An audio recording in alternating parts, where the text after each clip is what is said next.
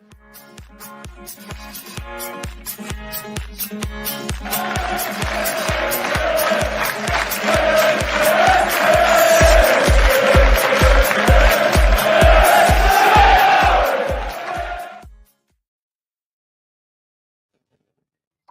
and welcome to a super special episode of the Stacey West podcast, live and direct.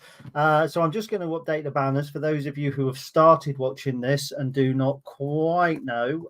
The retained list has now been announced by the club.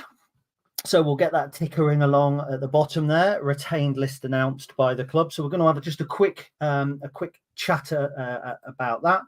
Over this lunchtime. So it's only going to be sort of 20 minutes or so. Feel free to join in if you wish to. At the side, we already have Mr.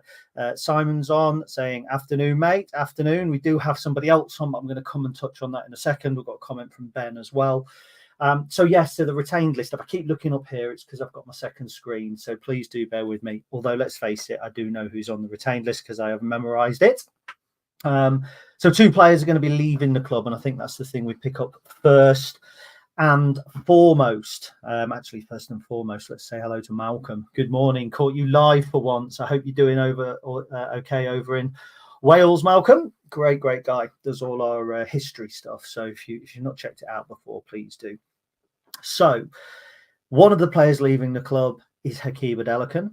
Now, I don't think there's a huge amount of, obviously, Hacks signed in what I call the cursed summer. So the summer of 2021, where we had got through to the playoff final, and then we lost some players, and the wages shot up for the expected wages, and it was a really hard market. And we signed Hakeem Adelakan. I thought at the time Hacks was going to be a great signing. I'd written about him quite a lot while he was at Scunthorpe, who's a former West Ham youth. I just thought he had all of the attributes to be a top player for the football club, but it hasn't turned out like that. Now, he has been on a serious redemption arc, and I mean a serious redemption arc, from the player who was cast aside, couldn't get a game at Gillingham as they were struggling at the bottom. There was the water bottle incident against Carlisle, where he was off the pitch and we conceded a goal that ultimately led to us then going out of the tournament, albeit on penalties. So it's no real surprise, but given what he did this season, I think Hacks leaves with quite a lot of goodwill. If he had just been released at the end of last season, he would have been one of the players that you'd chalked up as huge flop. I'm not saying he was a success, but he exists somewhere in the middle of that, kind of between success and failure. He really, I think he won over hearts and minds, particularly in the game against Charlton, 2 goals against the manager who had frozen him out. Done brilliantly at Doncaster Rovers. He will not be short of suitors. He'll go probably back into League Two, where he looks really comfortable. An ambitious League Two side signs him. A League One side who hopefully have the right manager in charge could sign him. Seems to get on really well with Grant McCann. Hacks is a player that needs a lot of love. And there's another player that needs a lot of love. And he's had a lot of love from me. And I actually feel a little bit sad saying this, and I'm pretty sure there'll be a lot of people who will agree with me. But the other player leaving the football club is TJ Aoma. Now, I find this desperately sad. David Ward says, TJ, bit of a shock this morning. Yeah, definitely for me. Ben, who's next, just sad face. Malcolm says, by the way, still stuck in March 1983. That's Wales, not TJ Aoma, of course. So, yeah, TJ Aoma has left the club. It's not particularly a surprise, but it is a little sad, I think, because he had that great season under Michael Appleton the first season. He was outstanding. I remember him making a goal line clearance against Sunderland when it was 2-0 in the semi-final that prevented them going further ahead. We then came out, got a goal, and went on to kind of win the game or win the tie. And then when he came back, there was that fanfare on the field. I've never seen a player announced on the field to such a rapturous applause. And I remember him walking on. He had that huge coat. He looked like the Michelin Man. And he just looked to be overcome with emotion. He was like, in the middle of the pitch. And it was just this really great moment. And it's like, here's a boy that's going to go through the Lincoln team and kick right on. 21-22 was a bad season. And there's no doubt whatsoever about that. And TJ never settled. He was in and out with injuries. Was there a red card at Crewe, if I remember correctly? Then under Mark Kennedy, again, kind of in and out. He never really settled. He can play that right side of defence, but at that point, we've got Paudie O'Connor, we've got Adam Jackson, we've got Sean Rowan, we've got good centre backs, and so TJ couldn't sit there. And right wing back, is he really an attacking wing back? No, he's probably more of a right back in a 4, but we haven't played a 4 at the back for a season and a half, almost 2 seasons. So it was always quite hard for him to fit in. I think this season he's actually been really good when he's come on. He's had 3 man of the matches from you guys. He scored a couple of goals. The late one against Barnsley, I think, was it, to level? I might be wrong there. Certainly scored against Northampton as well. I was actually really pleased for him, and I thought he was almost doing enough to get another contract. But again, if you think about players like Lewis Monsma, who we'll talk about in a minute, Adam Jackson, Paudie O'Connor, Sean Rowan, there's a potential maybe for us to go back for Alex Mitchell. He's certainly impressed as well. It was just a case of too many players for too few positions. I think TJ gets a League One move like that. I think there'll be teams like an Exeter or a Cambridge or something who will look at TJ Ioma and go, he's for us. Cambridge, it wouldn't surprise me. They like their ex-Spurs players. Shiloh Tracy, for instance, was at Cambridge. And I think that he would be perfect there. Let me make a prediction. If TJ gets a bit of love at a club and gets a run of 20, 25, 30 games, he's a high performer in this division. And I just think he's a little bit of a victim of circumstance as well. So he came in at a time where we were paying higher wages, or the market was certainly inflated.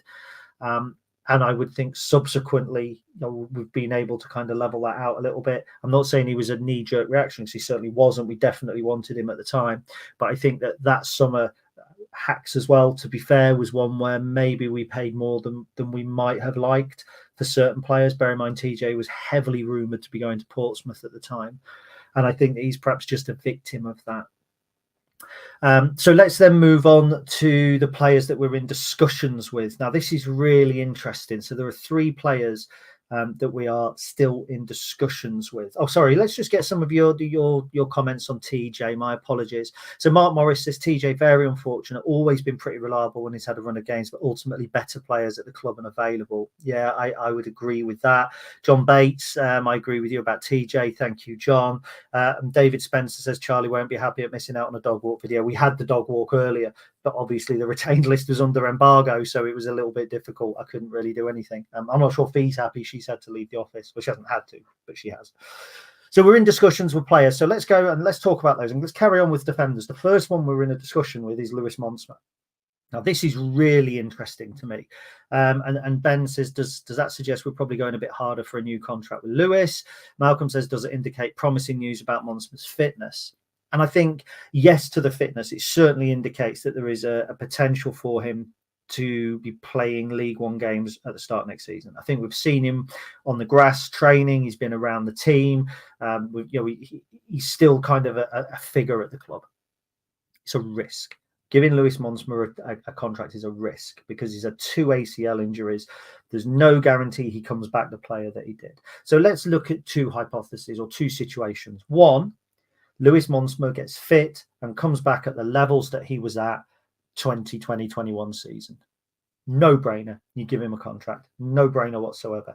The 50-yard balls he would ping cross field, the threat he had in one box, in the attacking box, the aerial presence he had in the other box. He is a perfect Michael Skubala player. We put balls into the box from corners. He scored from corners. He can defend well. He's really good on the ball. He could pick a pass. He almost looked like he could play defensive midfield. He was calm bringing the ball forward. He's everything that fits this Michael Skubala side. He's everything that fits the way that we want to play. So you give him a deal. But then you've got to think about the injuries. That's a factor. So Tyler Walker, everybody wanted us to sign him in the summer. Then when he got injured, we're signing Crocs. Really easy with hindsight. Really easy. So you have to negate that to a degree. So we can't be going in Lewis Monsma 2020-21 level wages with that amount of risk attached.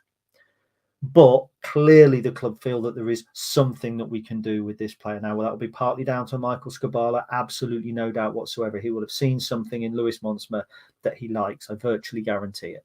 And also it feels like the right thing to do in terms of integrity. to have the player. We gave him a contract while he had his first ACL with us. We gave him a contract while he was injured. And then obviously he's had that awful run of luck. Also, let's look to the case of Jody Jones, who was at Coventry, 2 ACLs. Look what he's now doing at Notts County. He looks absolutely outstanding at Notts County. He's come back and he looks to be as effective as he was that day against us back in 2018. So that's really interesting.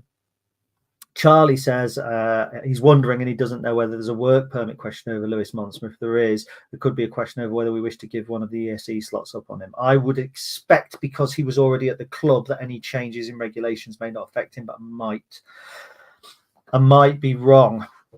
So that's where we are with Lewis Monsmer. What do I think the thinking is here? I think that Michael Skubala has seen something in Lewis and around him. He's very professional. He's a very, very good footballer. I don't think he's looking at the 2021 season going, oh, if I can get that back. It's something that he sees now. It's something that the club's seen now. What's gone before is irrespective. So what's the likelihood of him being injured again? What's the likelihood of him reaching the levels he was at again? How's he training? How's he looking? What influence does he have around the squad? That, I think, is going to be where any sort of decision's based. The fact that we're talking to him and he's not on the release list, I think is really interesting. What's going to happen? I don't know, because I don't know the situation Lewis Monsmer's in. It's really easy for us all to start talking about we don't want to sign injured players, or we don't want to do this, or we do want to do that, or Lewis is this and Lewis is that, but none of us know because we haven't seen him. We haven't seen him for a season or so, have we? So it'd be easy to comment, but I think the fact that we're talking to him probably indicates that the club have seen something that they like, the current setup, the current staff, the current recruitment team. So that moves us on now to Ted Bishop. Ted's a big talking point, I think. And somebody mentioned Ted here. So it's Mark Morris again. You have to look at fitness since certain manager left. Even injury-prone Bishop has seen longer spells in the team. So he thinks Monsmer under the right training regime will be a good renewal. By that end, is that the same with Ted? Now, this is how I see the situation with Ted. And remember, all of this is somebody from the outside looking in. So I can't comment specifically and say this is fact in terms of contracts or wages, because nobody knows. You can speculate who the big earners are. You can draw kind of what's been inferred from interviews, but none of us know. Nobody knows. I don't know what any of your pay packets look like. You don't know what mine look like. We don't know what the football club are paying footballers. Simple. If you think you know, you don't. Unless they've told you specifically the player, but it's unlikely. It's believed that Ted is a higher earner. He came in at a time to replace George Grant. It's probably fair to say that kind of scheming in midfield with the vision, a little bit different player to Grant, but certainly, every bit as technically able when he's on the ball. So I think he came in as a big signing, as did Hacks. So it's fair to assume that Ted is at the higher end of the earning scale. Fair to assume, not fact. Now, given his injury record, which does feel like it's improved this season, but actually it's not been as bad as people think. Ted tends to suffer from short bursts of injury, so he's unavailable for 3 or 4 weeks and then he comes back in. And if you look at it, he started, I haven't got the details in front of me, so my apologies for the preparation, but I think he started 30 odd games this season. He started 30 odd games, not last season, the season before. I believe the one with Regan Paul was the only person that got a player of the year. So although he's not a 46 game a season man, he is a 30 odd game a season man. And whilst he's missed the tail end of this season, the last couple of games, there's been zero doubt whatsoever of what he's been able to do for us when he's been fit.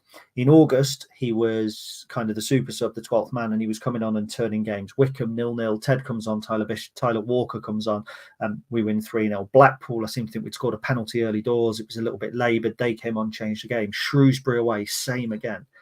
That was how I saw him being used.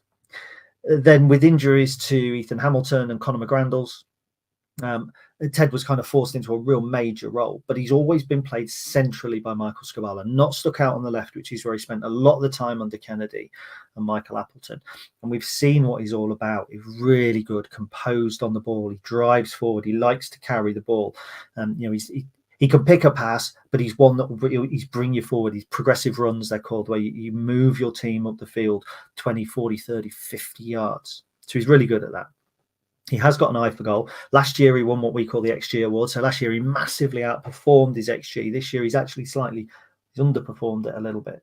And so when you talk about underperforming and Ted Bishop this season, it seems unreal, because I've written 2 articles about how good he is this season and about how he's kind of reinventing himself a little bit like Hakeem Adelakam. So that's the background to it. I wonder if we're looking to try and secure Ted, but on a deal that reflects the amount of games that he's tended to be available for. I don't know, but that would be my belief. If it was up to me, you have to keep one of Danny Mandroya or Ted Bishop, because you can have a certain amount of risk attached to a player. One thing that we've never had with Ted is an issue with discipline or application. So he's somebody that whenever he has been fit has always served the club diligently. There's never been question marks from supporters over the top of him. And that brings me around to Danny Mandroya. This really surprises me, because it was my belief that we had an option on his contract. I thought we'd retain Danny Mandroya for another year, done and dusted. That's what I thought would happen. Not saying we don't have an option, but it doesn't read like we have an option on Danny Mandroya's contract. So therefore, we're trying to negotiate with him. Now, when I say things like application and discipline, that has been brought into question by some around Danny Mandroya. Certainly, Mark Kennedy brought it into question openly. Straw that broke the camel's back. The reason he's not here anymore. One of the reasons he's not here anymore. So I think that's interesting. I think it's really harsh on Danny Mandroya to draw opinion based on what 1 or 2 people have said at times. And opinion snowballs. Opinion isn't always yours without you realizing it. You think you have an opinion, but you have gleaned that opinion on the opinions of somebody else. And an opinion based on an opinion is dangerous, because it's basically just amplifying what one person believes or what one person has said. In this case, Mark Kennedy. Of course, the red card against Burton didn't help. Of course, the red card against Bolton then on top of that didn't help. And then we went on to lose that game. And people may look at that and go, if we'd stayed at 0-0 there, we would have had 1 point more, and 1 point more would have nudged us closer to the playoffs. If he hadn't slipped and missed a penalty in the last game, we might have won that game. Ifs and buts. If Danny Mandroya hadn't been driving the team in August, we might not have gone back-to-back 3-0 victories. So it's really easy. The red cards, the Burton one was silly. I get it. I think the Bolton one was a little bit unfortunate. Danny is a midfielder not known for their tackling, and that type of player rather, not known for his tackling, the attacking midfielder. So I think it was a little bit harsh. People saying things like he should never play again, blah, blah, blah. I know there was a bit of a feeling around the club at Christmas from what I got that, it was just a bit frustrating. And when he'd had his attitude questioned by Mark Kennedy, it cast a cloud over a player that I think didn't deserve one. And I don't think he particularly let it bother him. And I thought he came back in the second half of the season and did really well. But there's 2 players, Ted Bishop and Danny Mandroya, both of whom there are certain question marks over, both of whom at full whack would be high earners at the football club. Do you keep both of them? There's clearly conversations going on with both, but you never know how those conversations are going to work. If one says, right, I'll stay and puts pen to paper, does the conversation with the other one change? I don't know. But there are conversations around those 2 players being had. I think it's interesting. I think one will stay. I don't know which one. If you asked me to choose one, I couldn't. I'd like an amalgamation of the 2. I'd like their abilities amalgamized, because that would be a hell of a player. But I would like Danny Mandroya's fitness record and Ted Bishop's kind of constant application and discipline record. What a player that would be. I think we'd call him George Grant if we had a player merged like those 2. Just off the top of my head, just a name I pulled from nowhere. Lascelles staying. And I think this is a big one. And somebody's mentioned Nick Oxbury says, Lass said on Sunday, club have till the end of May to activate an extra year on his contract. They haven't yet. Well, you are a little bit late to the party, Nick, because they have activated a year on his contract. I don't think this was ever in doubt. Apologies, by the way, my backlight has just given up, which is why I now I look a bit fuzzier on the shoulders. I don't think this was ever in doubt. It was made relatively clear to me at one point earlier in the season that there was an option on Lascelles' deal, and it was in the club's favour. I just couldn't see a situation where we wouldn't renew it. I couldn't. Do you know what? It's more obvious than the sun rising in the morning and setting at night. And why do you think? Because he's been outstanding all season. Well, people have said that he's been consistent all season. Like on the man of the matches, TJ Yom had 3 man of the matches. You give it. You guys, not just you, but everyone, on the Stacey West, got 1 for Lass. But I can't pick one game where I think, well, Lass was bad. because he's not. You know what you're going to get with him. He's going to run himself into the ground. He's going to put balls into the box. He's going to fight. He's going to battle.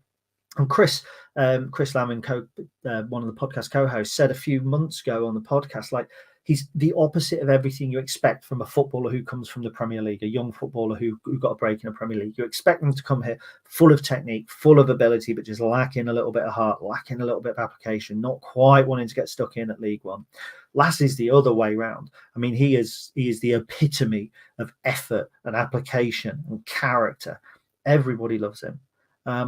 But maybe just at times he lacks a little bit of that technical ability, potentially. I'm not saying all the players that play in League One are good footballers, so I'm not saying Lascelles is a bad footballer, but I think he doesn't have the technique of, let's say, somebody who comes out of the Premier League, like was it Conor Bradley that was at Bolton a year or two ago. And as Pete says, actually, Pete is on board. Dennis Irwin's level of consistency, there's no higher praise for a fullback. And the fact that was, you guys, one man of the match all season, but then everybody was mentioning him as a potential player of the season, tells you exactly what he needs to know. He's like a Sam Habergan figure in that respect. I think that very rarely the man that stands out. I mean, when he does, by the way, Charlton at home, he's very rarely the man that stands out, but at either end.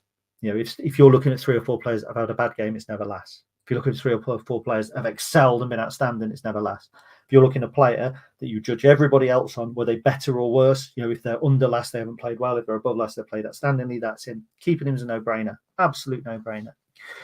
So what else do we have on the retained list? So we have the most pointless bit of the retained list that ever is where it says Alex Mitchell, Conor McGrandles, Jack Burrows and Joe Taylor all returned to their parent clubs after the completion of their loan deals. Where else are they going to go? Do you know what I mean? And I know the football club have to put it, and all football clubs put it. So of those players, are there some that we expect to come back to Lincoln City? Certainly not Jack Burrows.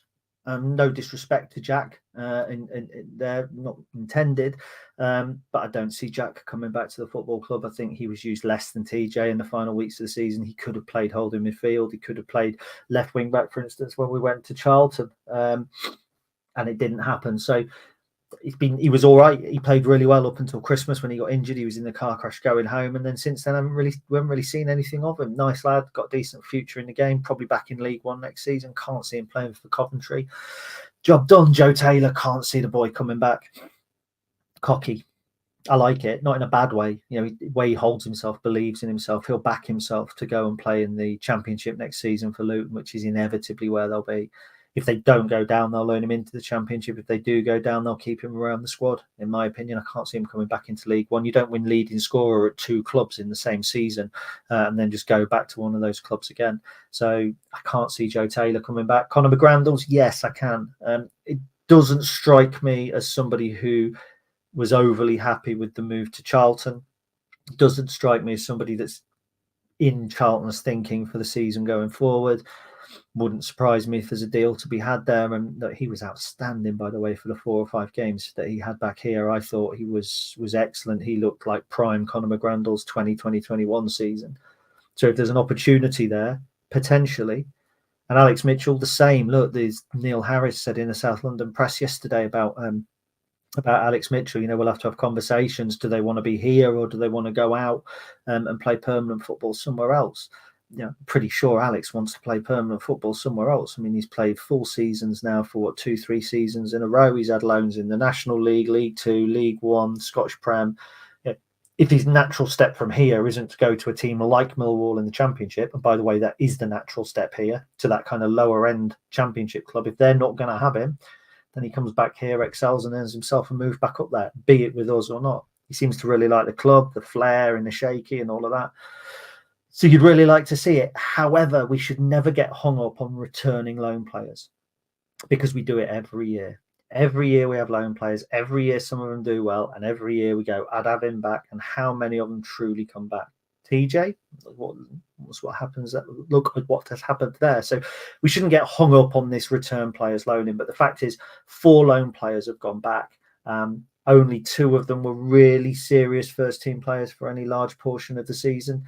So we're not in that situation where we're trying to replace the entire heart of the team because we've lost Norton Coffey and Fiorini and Morgan Whittaker, or we've lost Brennan Johnson and Morgan Rogers and players like that. So we're not in too bad a position with that.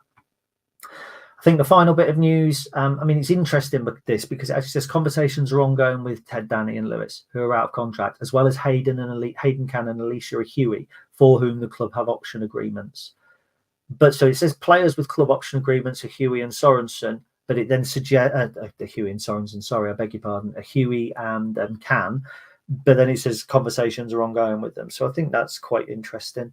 I think Hayden Can's actually doing quite well over in Ireland. He's somebody that I can see is keeping around and just kind of taking a bit of punt on local boy as well. With Alicia, I'm not so sure. His Scottish loan didn't go particularly well. He's at Peterborough Sports. These are two players that are a little bit of away from the first team. I think Hayden Can, you could see the value in Hayden Can, certainly at National League level or maybe even League Two level. So where he goes, what happens there is going to be interesting.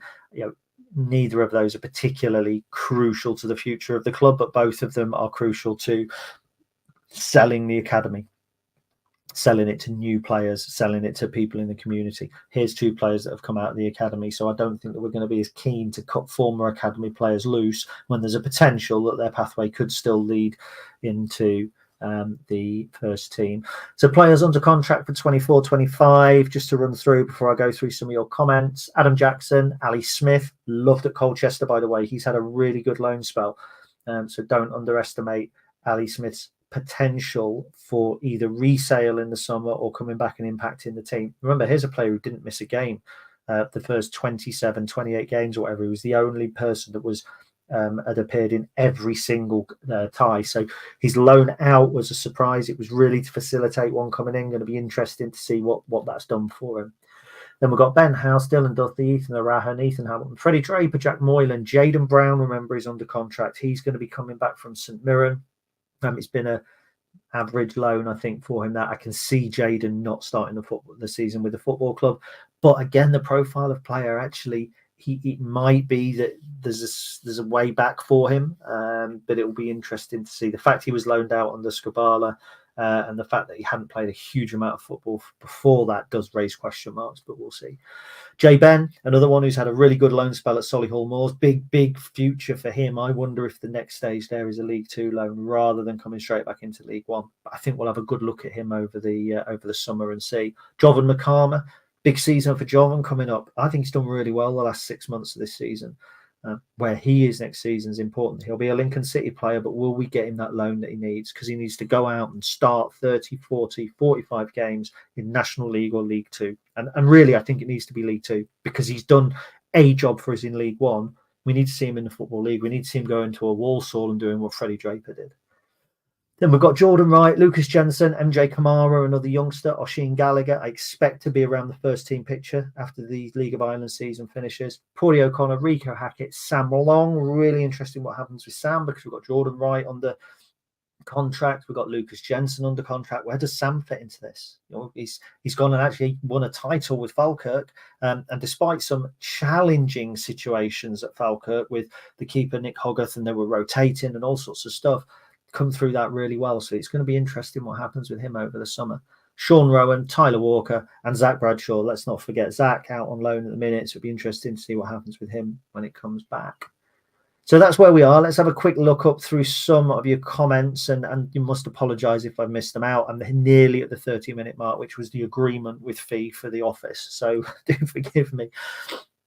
So Harry Jackson says, sad about TJ, a good player on his day, but rarely could get a run of games this season due to the solidity of our back three. I hope Ted, Danny, Lewis, Hayden and Alicia sign. Good points. Mark Morris says, last carried the team throughout November and December, especially with his goals. And again, that consistency was really interesting.